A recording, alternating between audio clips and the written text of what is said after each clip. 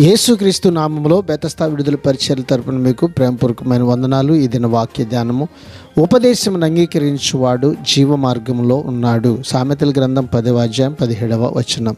స్వభావ సిద్ధంగా మనం దేవుని పవిత్రమైన విధానాలను ఎరగని పాపాత్ములం కాబట్టి సవరణ, క్రమశిక్షణ చాలా ప్రాముఖ్యమైనది.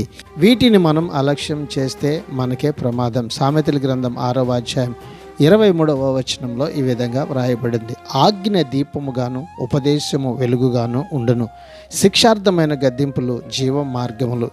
దిద్దుబాటు తన మంచికే అని మూర్ఖుడు గ్రహించలేడు, అయితే జ్ఞానవంతుడు క్రమశిక్షణలో ఎదగడం తన మంచికే అని భావిస్తాడు. అట్టి క్రమశిక్షణలో దేవుని యొక్క ఉపదేశములు ఎదుగునట్లుగా ప్రభు మనకు సహాయం చేయనుగాక. ఆమేన్. ప్రార్థన.